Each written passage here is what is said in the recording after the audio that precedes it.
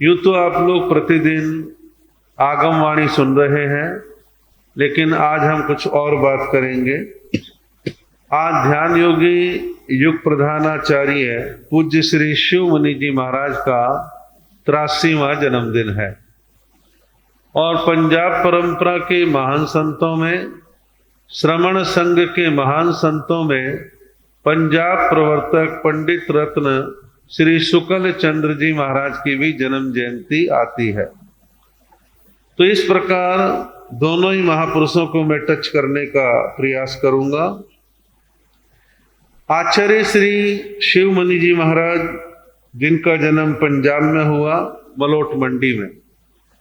मलोट मंडी एक ऐसा स्थान है जो पंजाब, हरियाणा और राजस्थान 3 जिलों के मिलन स्थल केंद्र बिंदु के बीच में है, जहां की भाषा, खान पान, संस्कृति मिला जुला सा है और तीनों संस्कृतियों का प्रभाव वहां रहने वाले लोगों पर पड़ता ही पड़ता है।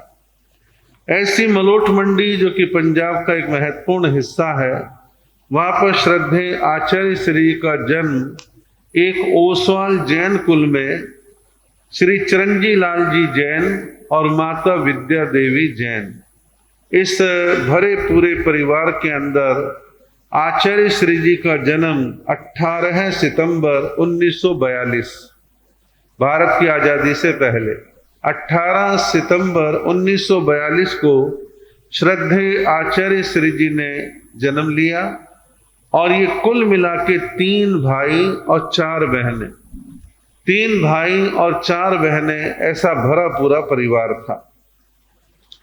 घर संपन्न था, मंडी अच्छी थी, भाईचारा अच्छा था और हर माता पिता के लिए अपनी संतान बड़ी प्रिय होती है। श्रद्धेय आचार्य श्री जी का बालपन बड़ी लाड प्यार, स्नेह, अपनत्व, प्रेम, प्यार, हर तरह की सुख सुविधाओं से उनका जीवन आगे बढ़ता है और फिर स्कूल की ओर रुख करते हैं। स्कूल की पढ़ाई प्रारंभ हो जाती है। स्कूल की बेसिक पढ़ाई करी, मिडिल करी, फिर ऊपर की पढ़ाई करी और फिर धीरे धीरे कॉलेज की तरफ पढ़ने का उनका रुख हो जाता है। इस प्रकार परिवार जैन होने के नाते, साधु संतों का आवागमन होने के नाते उनकी शिक्षा और संस्कार दोनों बहुत अच्छे ढंग से चलते रहे। अक्सर उस मंडी में या आसपास के इलाके में जैन साधु साध्वी, खासतौर पर स्थानकवासी साधु साध्वियों का बहुतायत वहां पर विचरण चलता था। तो इधर साधु संतों के दर्शन, प्रवचन, संस्कार, ये भी जीवन में प्रवेश करते रहे और स्कूल की शिक्षा भी चलती रही। और स्कूल की शिक्षा में आगे चलकर के वो ग्रेजुएशन करते हैं, बीए करते हैं और बीए करने के साथ साथ फिर वो एमए भी करते हैं। इस प्रकार एमए तक की पढ़ाई हो गई है और डीएवी कॉलेज जालंधर में एमए करते करते कॉलेज वालों ने एक प्रोग्राम बनाया कि जो बच्चे विदेश टूर पर चलना चाहते हैं वो अपने नाम लिखवाएं। अब पैसा लगता है, सरकार की तरफ से सहायता उस जमाने में इतनी ज्यादा नहीं मिलती थी और ऐसे टूर जो प्राइवेट हैं नॉलेज के लिए, वो आज भी होते हैं, पहले भी होते थे। कुछ में सरकारी खर्च लगता है, किसी में नहीं लगता है और उसमें प्राइवेट अपनी तरफ से देना पड़ता है। तो इस प्रकार विदेश टूर का प्लान बना, घर में चर्चा चली और घर में पैसे की दिक्कत थी नहीं। उन्होंने कहा ठीक है, तुम्हारा मन है और कॉलेज वाले ले जाते हैं तो तुम भी हो ही आओ, जो पैसा लगेगा सो दे देंगे। इंतजाम हो गया, विदेश भ्रमण पर जाते हैं। आप कल्पना करें कि पास पल्ले पैसा हो, जवानी की भरी जवानी की उम्र हो और विदेश के दौरे पर कोई व्यक्ति गया हो, और आज नहीं, आज से 50 साल पहले, 55 साल पहले कोई गया हो, तो कल्पना करें तब के और आज के वातावरण कितनी चेंजेस वहां भी हुई हैं और यहां भी हुई हैं। खैर, श्रद्धेय आचार्य श्री जी अपने छात्र जीवन के अंदर विदेश भ्रमण पर जाते हैं, कई देशों का दौरा होता है और विदेश की बहुत सारी चीजें देखी, भाली, जानी, समझी। वहां का भौतिकवादी दृष्टिकोण, भोग विलास के साधन सब देखे लेकिन देखने के बावजूद वो ज्ञाता दृष्टा भाव में रहे। ठीक है, नॉलेज की दृष्टि से चीजें देख रहे हैं, सब अच्छा है। और विदेश भ्रमण करने के बाद वापसी आ गए, एमए फाइनल हो गया। एमए फाइनल होने के बाद पता नहीं पूर्व जन्म के संस्कार जागे या सत्संग का प्रभाव जागा, संतों की संगति का प्रभाव, माता पिता के संस्कार, सब चीजों के मिश्रण का प्रभाव ये था कि उनके मन में ये आ गया कि मेरे को दीक्षा लेनी है। आचार्य श्री शिवमुनि जी महाराज अक्सर बतलाते हैं कि दीक्षा तो मेरी बाद में हुई, उससे पहले मैं लुधियाना में बीच बीच में श्रमण फूलचंद जी महाराज के चरणों में चला जाता था और धर्म संबंधी छोटे मोटे प्रश्न में अक्सर पूछ लेता था। वहां मेरा मन और ज्यादा ठुकने लगा, लेकिन घूम फिर करके मेरा मन दीक्षा लेने का जो बना, श्रद्धेय आचार्य श्री आत्माराम जी महाराज के सुशिष्यों में पूज्य श्री ज्ञान मुनि जी महाराज के पास दीक्षा लेने का मानस बना। ज्ञान मुनि जी महाराज को मैंने खूब देखा है, आप में से कईयों ने देखा हो शायद। और ज्ञान मुनि जी महाराज बड़े ऑलराउंडर थे, बड़े विद्वान थे और भजन चुटकियों में बनाते थे, खूब सारा जाप करते थे, लघु सिद्धांत कौमुदी संस्कृत की फटाफट चितार लिया करते थे, स्मरण शक्ति बड़ी शार्प थी, बहुत सारा लेखन संपादन का काम उन्होंने किया और बड़े डिसीजन लेने में बड़े फास्ट थे और बड़ा विचरण किया। बहुत आचार्य श्री आत्माराम जी महाराज के नीचे रह करके उन्हें बहुत कुछ जाना, समझा, पढ़ा, लिखा, अनुभव किया और खूब सेवा करने का आत्माराम जी महाराज की सेवा का ज्ञान मुनि जी को बड़ा लाभ मिला। अब शिव मुनि जी महाराज जैसे एमए पढ़ा लिखा युवा और जो दीक्षा लेना चाहता है, घर वालों ने तो अपनी ओर से बड़ा आग्रह किया कि घर रह करके धर्म ध्यान कर लेना, दीक्षा की क्या आवश्यकता है। लेकिन जो सच्चे वैरागी होते हैं, और ये सब पूर्व जन्म के कर्मों का परिणाम है कि उनके मन में जोश होता है कि मुझे दीक्षा लेनी है सो लेनी है, उनको संसार के आकर्षित जो है वो नहीं करते। अब घर में एक डिसीजन हो गया, ठीक है दीक्षा लेना चाहते हैं तो ठीक है, मन बना लिया और मन बनाने में ज्ञान मुनि जी महाराज के चरणों में समर्पित हो गए और समय आने पर दीक्षा की बात चलने लगी। अब दीक्षा की बात चलने लगी, आज्ञा वगैरह सब हो गई, घर वालों की आज्ञा हो गई, संघीय दृष्टि से जो आज्ञा होती है वो सब आचार्य आनंद ऋषि जी महाराज से वो भी सारे काम प्रक्रिया पूरी हो गई। और घर वालों ने एक शर्त रख दी, दीक्षा होगी तो मलोट मंडी में होगी और सारा खर्चा हमारा परिवार ही करेगा। ज्ञान मुनि जी महाराज ने इस विनती को स्वीकार कर लिया और श्रद्धेय आचार्य श्री शिव मुनि जी महाराज की दीक्षा 17 मई 1972 को मलोट मंडी में बड़े धूमधाम के साथ बहुत पब्लिक आई, बड़ा अच्छी संख्या में साधु साध्वियों का आगमन हुआ। 50-60 साधु साध्वी पधारे और उनके गुरुदेव ज्ञान मुनि जी महाराज तो थे ही थे, उत्तर भारतीय प्रवर्तक भंडारी श्री पदम चंद्र जी महाराज, बाद में उत्तर भारतीय जो प्रवर्तक बने श्रद्धेय श्री अमर मुनि जी महाराज और भी अन्य संत साध्वियां, कौशल्या जी महाराज आदि कई साध्वियां वहां पर पधारी और धूमधाम के साथ दीक्षा संपन्न हो गई। दीक्षा संपन्न हो गई, श्रद्धेय ज्ञान मुनि जी महाराज के चरणों में रहते हैं, खूब सारा ज्ञान प्राप्त कर रहे हैं, अध्ययन चल रहा है, पढ़ाई चल रही है, आगमों का अध्ययन चल रहा है, साहित्यिक अध्ययन चल रहा है। ये सारा क्रम चलता चलता चलता अच्छा रूप लेने लगा। बाद में आचार्य श्री शिव मुनि जी महाराज के मन में ख्याल आया, एमए कर रखी है और डबल एमए कर लेते हैं, फिर पीएचडी हो जाएगी। एक डबल एमए और करी और फिर बाद में पीएचडी। अब डबल एमए का मतलब है 2 साल, पीएचडी का मतलब 3 से 4 साल, मोटे मोटे 7 साल जो है और अधिक ज्ञान ध्यान में उन्होंने लगाए और खूब अच्छा अध्ययन करके पटियाला यूनिवर्सिटी से उनको पीएचडी यानी डॉक्टरेट की पदवी मिली। और पीएचडी करने के दौरान चाहिए होता है एकांत, खूब सारे ग्रंथ पोथे, उनको पढ़ना, लिखना, नोट्स बनाना, तैयारी करना, प्रोफेसर के टच में रहना, ये सारा कुछ चल रहा था। और विषय क्या लिया पीएचडी करने का? भारतीय दर्शन में मोक्ष का स्वरूप। भारतीय दर्शन में मोक्ष का स्वरूप ये विषय चुना गया और इस विषय पर काफी ग्रंथों को खंगाला गया, आलोडन विलोडन किया, थोबद्धन किया, चिंतन किया, नोट्स बनाए और देर सवेर डॉक्टरेट पीएचडी हो गए।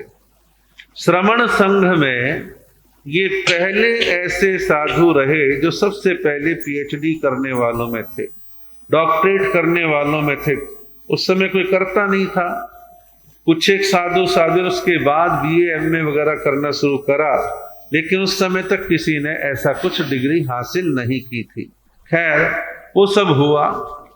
अब जब आचार्य श्री जी की लगभग 12 साल की उम्र हो गई, 12 साल की दीक्षा हो गई, तो 12 साल की दीक्षा के आसपास उनके मन में ख्याल आया कि भाई ध्यान क्या है, ध्यान क्या है।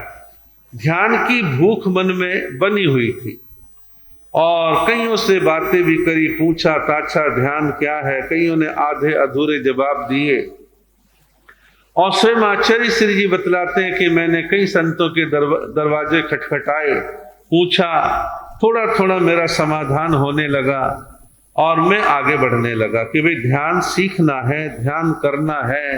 भगवान महावीर ने ध्यान किया, वैसा ध्यान सीखना है। ऐसा आचार्य श्री के मन में स्थान ध्यान का बन गया और ध्यान की प्यास में गुरु से आज्ञा लेकर के पंजाब से चले, हरियाणा के कुछ शहरों को क्रॉस करते हुए दिल्ली आए और दिल्ली आकर के 1984 का चातुर्मास उन्होंने मॉडल टाउन में किया और मॉडल टाउन में करने के बाद 85 में यहां जब दीक्षा हुई थी पंकज मुनि जी महाराज की, तब आचार्य शिव मुनि जी महाराज दीक्षा में पधारे थे। चांदनी चौक में कार्यक्रम था, वहां मैं उनको देखा। यहाँ के अशोक विहार के कार्यक्रम में मैंने देखा और उनसे कुछ मिलना जुलना हुआ, बातचीत सामान्य तौर पर जो होती है वो हुई। अब उसके पश्चात उनको दिल्ली में और अधिक नहीं रुकना था, वो मेरठ गए। मेरठ में उत्तर भारतीय प्रवर्तक श्री शांति स्वरूप जी महाराज से मिले और शांति स्वरूप जी महाराज से मिलकर के उन्होंने ध्यान के बारे में जिज्ञासा रखी। उनके पास जितना अध्ययन था, अनुभव था, वो ध्यान का अनुभव उन्होंने उनको शेयर किया, समझाया कि ऐसे ऐसे ध्यान में आपको भी आगे बढ़ना है। कुछ समाधान हुआ। फिर आचार्य श्री जी वहां से आगरा गए। आगरा जाने के पश्चात जो है आचार्य श्री जी वहां विराजमान संतों से मिलते हैं, बातचीत करते हैं, फिर वही अपना प्रश्न वहां से जो मिलना था वो लिया। फिर आए जयपुर। जयपुर लाल भवन में चातुर्मास हुआ और उस समय जयपुर में लाल भवन मुख्य क्षेत्र था और बाकी क्षेत्र इतने ज्यादा उभरे हुए नहीं थे क्योंकि घर भी आसपास में थे। लाल भवन चौड़ा रास्ता, विशाल भवन है, आप में से कईयों ने देखा हो, महल की तरह दिखाई देता है वो स्थानक। तो लाल भवन में आचार्य श्री का चातुर्मास होता है और वहां पर एक और भी परंपरा की साध्वी थी, उनसे मिलना जुलना, चर्चा वार्ता चली, प्रवचन चलने लगे और वहां थोड़ी पुरानी परिपाटी थी, भाई माइक नहीं लगेगा या फ्लश नहीं होगी वगैरह वगैरह, वो सब चला। ये सब होने के बाद फिर जोधपुर गए, जोधपुर चातुर्मास किया और जोधपुर चातुर्मास होने के पश्चात माउंट आबू गए।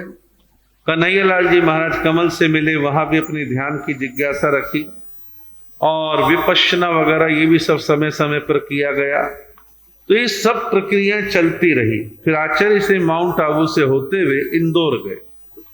इंदौर पहुंचने से पहले ही एक माहौल बनने लगा था पूरे देश में कि आचार्य श्री आनंद ऋषि जी महाराज ने 1987 में पूना के अंदर श्रमण संघ के साधु साध्वियों का एक वृहद साधु सम्मेलन आयोजित किया है और उस आयोजन में सब साधु साध्वी समाज को आमंत्रण दिया गया कि सब पूना पधारें, पूना में सम्मेलन होगा, संघ समाज की चर्चाएं होंगी, सब पहुंचे।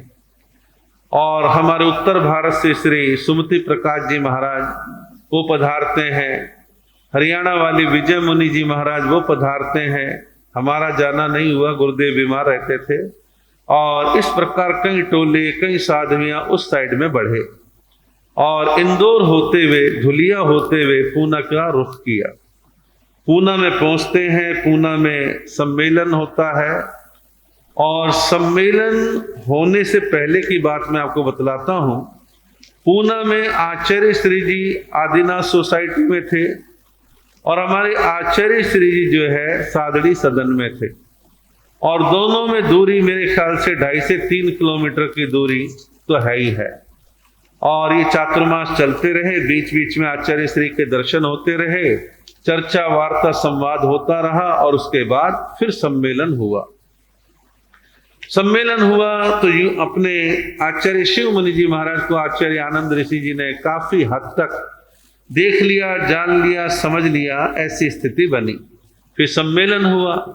सम्मेलन में पहले राउंड में चर्चा चली साधु समाचारी की, एक एक पॉइंट पर चर्चा वार्ता होती रही, जो जो बातें फिक्स करनी थी फिक्स होती रही, जहां संशोधन होना था संशोधन होते रहे, मोटा मोटा काम समाचारी का निपट गया।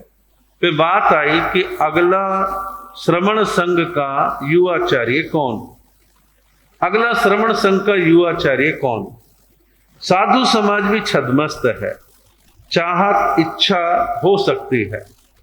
तो इतना बड़ा हिंदुस्तान, दिल्ली, हरियाणा, पंजाब, हिमाचल, जम्मू, उत्तर प्रदेश, इधर के साधु समाज ने सर्वसम्मति से कहा कि भाई हमारी ओर से तो शिव मुनि जी को युवाचार्य बनाया जाए। वहां पे सुमन मुनि जी महाराज थे, इन सब ने अपनी एक तरीके से बात को कहा। उधर आचार्य देवेंद्र मुनि जी महाराज के लिए राजस्थान, मध्य प्रदेश, महाराष्ट्र और भी जो थे उन्होंने उनका नाम पेश किया। स्वाभाविक बात है, 2 नाम आए तो मंथन होना स्वाभाविक है, ये लोकतांत्रिक प्रक्रिया भी है। मंथन चला 2 दिन, कुछ श्रावकों ने अपनी बातें कही और आचार्य श्री से निवेदन करा कि ए को बनाना, बी को बनाना, क्या करना क्या नहीं करना, ये सब चला। इन सब मंथन चिंतन का परिणाम ये निकला, दीर्घ दृष्टा, दीर्घ अनुभवी, शांत दांत गंभीर आचार्य श्री आनंद ऋषि जी महाराज ने विचार चिंतन किया। जब देवेंद्र मुनि और शिव मुनि, 2 नामों का उनके मानस में ख्याल आया तो उन्हें विचार करा, एक उम्र और दीक्षा में बड़े हैं देवेंद्र मुनि जी, एक उम्र और दीक्षा में छोटे हैं शिव मुनि जी, एक ज्ञान में ज्यादा गहरे और गंभीर हैं देवेंद्र मुनि जी, शिव मुनि जी पढ़ गए हैं, पीएचडी की है, लेकिन अभी और पकने की आवश्यकता है। तो एक मिडवे, बीच का रास्ता अपनाया, एक उपाचार्य और एक युवाचार्य, एक उपाचार्य एक युवाचार्य। फैसला क्लियर था, जब कभी आचार्य आनंद ऋषि जी महाराज नहीं रहेंगे तो ऑटोमेटिकली देवेंद्र मुनि जो उपाचार्य हैं वो आचार्य बन जाएंगे, और फिर कभी कोई ऐसा अवसर आएगा तो युवाचार्य फिर आचार्य बनेंगे। यानी एक साथ लंबा समाधान हो गया, पूरे देश ने स्वीकार कर लिया और सम्मेलन सौहार्दपूर्ण तरीके से संपन्न हो गया। और आचार्य श्री शिव मुनि जी महाराज युवाचार्य बनने के बाद औरंगाबाद गए, औरंगाबाद चातुर्मास किया और दक्षिण भारत जाते हैं, अहमदनगर आते हैं, अहमदनगर चातुर्मास किया। दक्षिण भारत में कई शहरों में, चेन्नई, बेंगलोर, हैदराबाद, फरस्ते, कई जगह जाते हैं, चातुर्मास करते हैं। ये सारा क्रम चला और इस बीच सारा दक्षिण भारत फरसने के पश्चात वापसी महाराष्ट्र की तरफ आचार्य श्री शिव मुनि जी महाराज तब युवाचार्य थे, तो युवाचार्य के रूप में महाराष्ट्र पधारते हैं। इधर समय संयोग की बात है, आप में से कईयों को याद होगा, आचार्य श्री देवेंद्र मुनि जी महाराज लास्ट दिल्ली शक्ति नगर का चातुर्मास संपन्न करने के बाद गुड़गांवा होते राजस्थान का रुख करते हैं और राजस्थान में जाकर के 2 चातुर्मास करते, उदयपुर और एक जोधपुर के पास जगह थी वहां, और एक फिर इंदौर का चातुर्मास करने के पश्चात आचार्य श्री अपने देवेंद्र मुनि जी महाराज महाराष्ट्र की तरफ बढ़ते हैं और महाराष्ट्र की तरफ बढ़कर के जो है पहले बंबई जाते हैं और बंबई पहुंचते हैं, लेकिन दुखद कि वहां जाके अकस्मात तबीयत खराब होती है। पहले से निर्धारित कोई दवाई तो चल ही रही थी, कोई इंजेक्शन देना था और डॉक्टर जल्दबाजी में था या पर्चा या डोज ढंग से नहीं पड़ी या वो नया था, नया मतलब आज नया था, वैसे तो अनुभव रहा होगा। पेशेंट की हिस्ट्री ना जाने और जल्दबाजी में कोई काम हो तो हो जाती गड़बड़। तो इंजेक्शन की डोज कहीं ज्यादा गई, क्या हुआ, डोज बॉडी में जाते आचार्य श्री की तबीयत बिगड़ी और देखते देखते उनका जीवन हाथ से निकल गया। अब आचार्य श्री देवेंद्र मुनि जी महाराज जो आचार्य पद पर बहुत लंबे समय नहीं रह पाए, अच्छे अनुभवी थे। मैंने 2 चातुर्मास किए उनके, लुधियाना का और शक्तिनगर का, और 1.5 महीना उदयपुर भी में उनके साथ में रहा था। बड़े गंभीर, बड़े विद्वान लेखक चिंतक थे। उनका स्वर्गवास हो गया। संत को बड़ा शौक लगा, ये क्या हुआ अचानक। खैर होनी जैसी थी हो गई। अब संग में चिंतन चला कि भाई अगले आचार्य कौन, तो स्वाभाविक बात है शिव मुनि जी महाराज। तो रूपचंद जी महाराज ने कॉन्फ्रेंस वालों से कहा वैसे तो इनको ही बनना है, फिर भी एक बार बड़े बड़े टोलों के संतों से, साधुओं से आप दोबारा से विचार कर लो और सबकी सहमति ले लो। सबकी सहमति हाँ में ही आनी थी, हाँ में आई और शिव मुनि जी महाराज को श्रमण संघ में युवाचार्य से आचार्य स्वीकार कर लिया गया। आचार्य हो जाने के पश्चात सूरत में चातुर्मास किया और फिर उन्होंने वहां से विहार करके राजस्थान उदयपुर आए और उदयपुर में संतों का मिलन हुआ। वहां रूपचंद जी महाराज ने कहा जल्द से जल्द आचार्य पद की चादर संपन्न करो। आप आचार्य बन गए हो, लंबे समय तक बिना चादर के इस प्रकार से विचरण ना करें। और फैसला हुआ कि दिल्ली ऋषभ विहार के अंदर आचार्य पद का चादर महोत्सव आचार्य श्री शिव मुनि जी महाराज का होगा। उस समय के प्रवर्तक, उत्तर भारतीय प्रवर्तक भंडारी श्री पदम चंद्र जी महाराज के तत्वावधान में, उनके मार्गदर्शन में बड़ी अच्छी तादाद के अंदर साधु संत पधारे। राजस्थान से भी संत आए, महाराष्ट्र से भी आए, पंजाब के आए, हरियाणा, दिल्ली, यूपी के आए, सब साधु संत पधारे और एक सीवीडी ग्राउंड ऋषभ विहार में एक बड़ा कार्यक्रम हुआ और जहां आचार्य श्री शिव मुनि जी महाराज को आचार्य पद की विधिवत चादर जो है प्रदान की गई और वो श्रमण संघ के आचार्य बन गए। और आचार्य बनने के पश्चात वीरनगर का चातुर्मास किया और फिर वो पंजाब की तरफ जाते हैं, लुधियाना चातुर्मास करते हैं, मालेरकोटला करते हैं, जम्मू करते हैं, जालंधर करते हैं, चंडीगढ़ करते हैं। इस प्रकार ये चातुर्मासों का क्रम चलता रहा। फिर दिल्ली पधारते हैं, वीरनगर चातुर्मास किया, अशोक विहार चातुर्मास किया, सारी चीजें चली और इस प्रकार, और ऋषभ विहार भी चातुर्मास भी किया। इस प्रकार उत्तर भारत में आचार्य श्री ने कई चातुर्मास किए और ये सब व्यवस्थाएं बनी। इसके बाद फिर एक बात चली कि भाई एक साधु सम्मेलन होना चाहिए। तो साधु सम्मेलन कहाँ हो, इसके बारे में कई शहरों का चिंतन मनन चलता रहा। अंततः इंदौर में साधु सम्मेलन करने का फैसला हुआ और आचार्य श्री जी दिल्ली से विहार करते हैं इंदौर की ओर और इंदौर जो है जाकर के सम्मेलन होता है। मुझे भी सम्मेलन में शामिल होने का अवसर प्राप्त हुआ। सम्मेलन होता है और उसी सम्मेलन में आचार्य श्री ने भावी आचार्य युवाचार्य का चयन किया। वो किया युवाचार्य महेंद्र ऋषि जी महाराज का।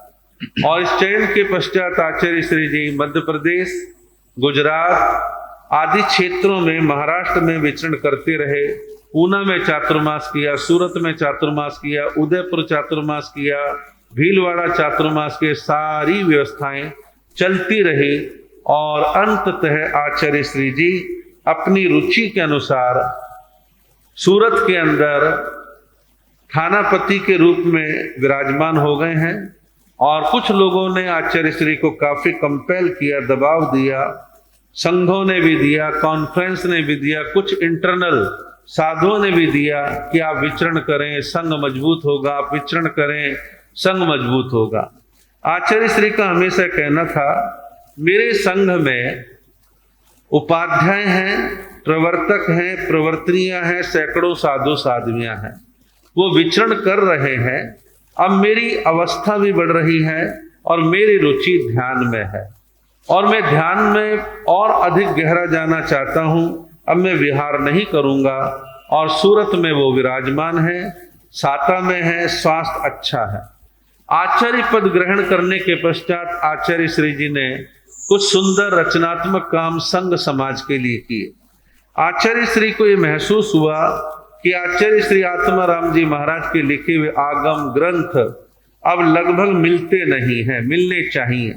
तो आचार्य श्री जी ने सारे आगमों को जो 11-12 हैं उनको दोबारा से छपवाया।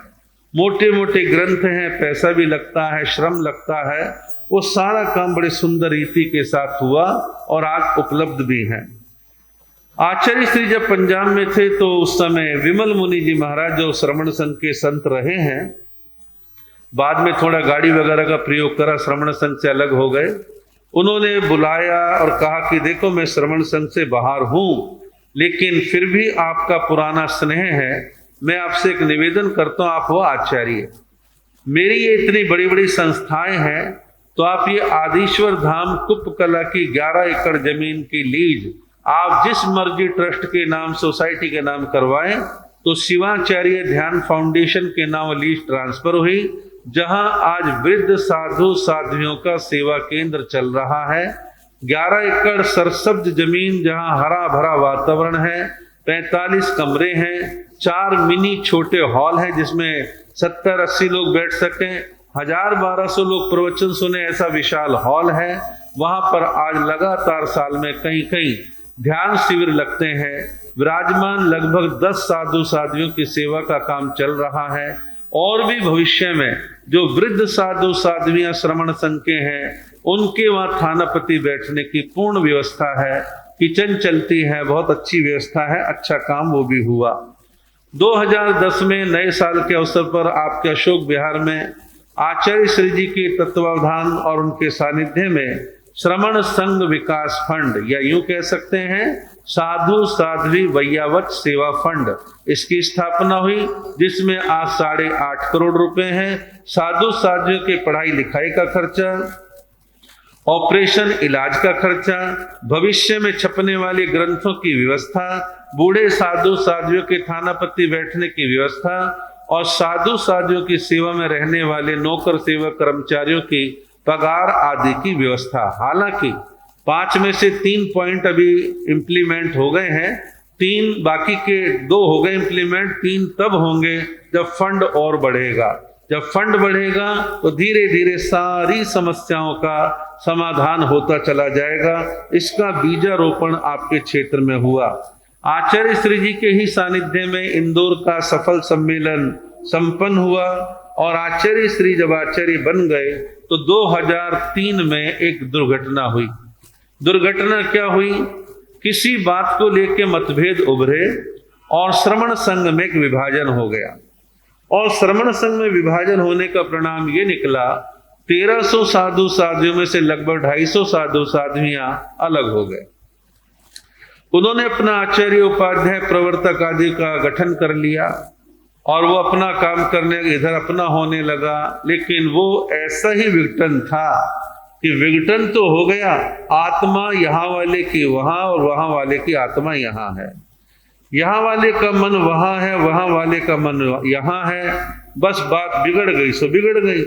सुधारने वाले कोशिश करते रहे, लेकिन मैंने एक चीज देखी नजदीक से, इधर वाले ए संत को मालूम है कि अब बी वाले के पास जाएगा, तो नहीं वहां क्यों जा रहा है, ऐसा नहीं कहा किसी ने कि ठीक है जा रहे हो, वहां हमारी भी वंदना सुख साता बोल देना। बी वाले के यहाँ से ए वाले के पास कोई आ रहा है कि महाराज मैं वहां भी जा रहा हूं, अच्छा वहां जाओगे ना, हमारी वंदना सुख साता बोल देना। जहां आत्मीयता जीवित हो वह दोबारा संगठन खड़ा हो सकता है। जहां राग द्वेष और कसाय फ्रंट पर हो वह कुछ नहीं हो सकता। वो जितने उदय में रहने हैं उतनी परेशानी रहेगी। इन सारी चीजों का परिणाम ये निकला, संघ एकता के पक्षधर साधु साध्वी, श्रावक श्राविका, जैन कॉन्फ्रेंस सबके प्रियतन चलते रहे, दोबारा एक कैसे हों, और उसका परिणाम ये निकला 2008 आता है। आचार्य शिव मुनि जी महाराज संवत्सरी के बाद 4 लाइन का एक पत्र लिखते हैं सबके लिए कॉमन, कि संवत्सरी के अवसर पर जो श्रमण संघ से अलग हो गए, जो श्रमण संघ में है, सबसे खिमत खामना, और जो कोई भी मन में आपके है उसको सब निकाल दें और सब एक हो जाएं। इतना कहना था, दूध का उफान शांत होना था और सारी स्थिति वापसी लौटनी थी। श्रमण संघ दोबारा से एकत्र हो गया, संगठित हो गया। सबके संगठन प्रेमी लोगों के मनों पे जो बोझ था वो मिनट में हट गया। सबको बड़ा सुकून मिला, हर्ष मिला, अच्छा वातावरण बन गया। श्रद्धे आचार्य श्री शिव मुनि जी महाराज के निजी जो गुण हैं आप सब जानते हैं, उनके नजदीक आप रहे हैं। प्रकृति से सरल हैं, ना छल कपट करते हैं, ना छल कपट उनको अच्छा लगता है। स्पष्टवादी इतने हैं कि 5000 की गैदरिंग में भी किसी संघ को कहना है, किसी व्यक्ति को कहना है, जैन कॉन्फ्रेंस हो, श्रावक समिति हो, किसी कुछ कहना है, साफ साफ कह देते हैं। और कुछ लोग कहते हैं थोड़ा सा पर्दा रख लेते तो अच्छा है, लेकिन ट्रांसपेरेंट हृदय जिनका है वो फिर ऐसे ही बोलते हैं।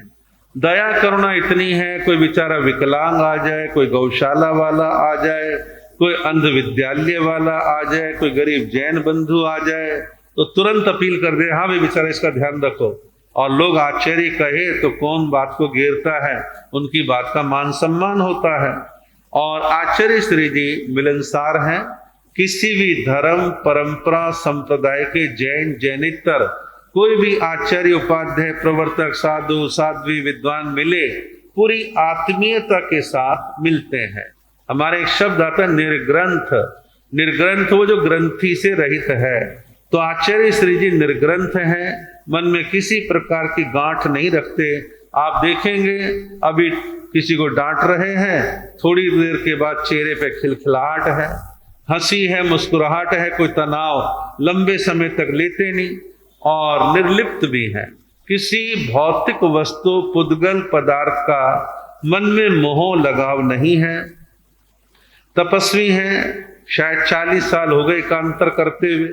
आचार्य पद आने के बाद कईयों ने कहा अब आचार्य पद आ गया, काम का बर्डन बढ़ेगा, आप एकांतर छोड़ दो। सबसे विनम्रता पूरे की बातें कही, मेरे को एकांतर सूट कर रहा है, मैं इसको अभी नहीं छोड़ूंगा, जब तक चलेगा मैं इसको चलाऊंगा। और उनका एकांतर तब चल रहा है, आज भी चल रहा है। आज उनका 83वां जन्मदिन है और संघ का सौभाग्य है कि वो स्वस्थ हैं, आनंद में हैं। युवाचारी जो उनके द्वारा चयनित हैं वो दक्षिण भारत चेन्नई में अपना काम कर रहे, धर्म समाज का संघ की प्रभावना का काम कर रहे हैं। और मेरी और आचार्य श्री जी की ट्यूनिंग बहुत अच्छी रही है। और संघ समाज के विषय में हम जब भी कोई प्रसंग आता है, चर्चा वार्ता, संघ का समाधान, चीजों को कैसे ठीक करना है, वो सब पहले भी करते रहे हैं, आज भी वाया वाया काम चलता रहता है। तो इस प्रकार आचार्य श्री के 83वें जन्मदिन के अवसर पर आपकी ओर से, मेरी ओर से, हमारे संतों के बहुत बहुत शुभ मंगल कामना। आप स्वस्थ रहे। और 2-3 मिनट में बात कहूं, पंजाब प्रवर्तक पंडित रत्न श्री शुक्ल चंद्र जी महाराज बड़े निर्मल, बड़े साफ, बड़े स्वच्छ संत थे। रेवाड़ी से आगे महेंद्रगढ़ जिले में दड़ोली गांव आता है, वहां ब्राह्मण कुल में जन्म हुआ और मित्र की शादी विवाह सगाई को लेके कुछ कंट्रोवर्सी हुई और वहां से उनको वैराग्य होता है, दीक्षा लेते हैं और दीक्षा लेके पंजाब परंपरा के संतों में पूज्य श्री काशी राम जी महाराज के शिष्य बनते हैं और उनके शिष्य बनने के पश्चात ज्ञान की आराधना करते हैं। और पंजाब परंपरा में बड़ा सम्मान रहा। श्रमण संघ बनने के बाद श्रमण संघ में प्रवर्तक पद पर रहे और प्रवर्तक पद का निर्वहन किया। बड़े स्वभाव के, ठंडे, मिलनसार थे और गिरते को उठाने वाले थे। गिरते को उठाने वाले का मतलब ये है, एक साधु साध्वी के द्वारा कोई छोटी मोटी गलती हो गई, संघ ने, समाज ने, साधु सतियों ने दुत्कार दिया, फटकार दिया, अलग अलग अलग गिराने की कोशिश कर रहे हैं, संयम छीनने की कोशिश कर रहे हैं। वो पूछते थे, भाई क्या गलती की थी? ये महाराज ये अपराध हुआ। अच्छा, इसका तो प्रायश्चित ले लो, शुद्धिकरण करो, लेकिन ये बतलाओ संयम पालने की भावना तो है ना आगे, गलती तो नहीं करोगे। तो उसे प्रायश्चित दिया, शुद्धिकरण किया, सहारा दिया और समाज को कहा कि नहीं भाई, ये संयम पालना चाहते, गलती इंसान से होती है और इनको संभलने का मौका दो। और संभलने का मौका देते कईयों को उन्होंने संभाला, कईयों का जीवन संभल गया। बड़े शांत थे, शरणदाता थे और उन्होंने अजमेर के सम्मेलन में उपस्थिति दर्ज कराई जो 1964 के अंदर हुआ था। सम्मेलन भी था और आचार्य आनंद ऋषि जी महाराज को आचार्य पद के चादर के प्रदान करने का भी कार्यक्रम था। वहां वो गए थे और उसके पश्चात उनका देवलोक हुआ। लेकिन पंजाब के अच्छे संतों में गिने जाते हैं इनके द्वारा रचित संपादित जैन शुक्ल रामायण। जैन शुक्ल रामायण बड़ी पॉपुलर रही है। इनके प्रवचनों की भी 2-3 किताबें संपादित होकर छपी हैं और नव तत्व 25 बोल ये सारी किताबें छपी और अच्छे संत थे।